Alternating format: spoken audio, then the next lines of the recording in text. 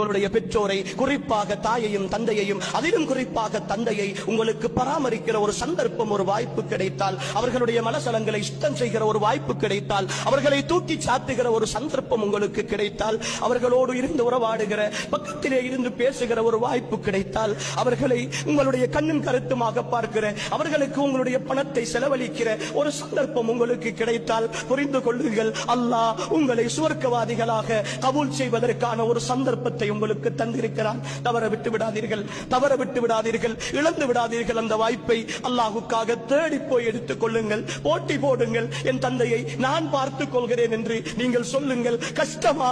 பொறுமையோடு இருங்கள். சிரமமா? வேலை போகிறதா? நேரம் போகிறதா? சம்பாதிப்பதில் சிக்கலா?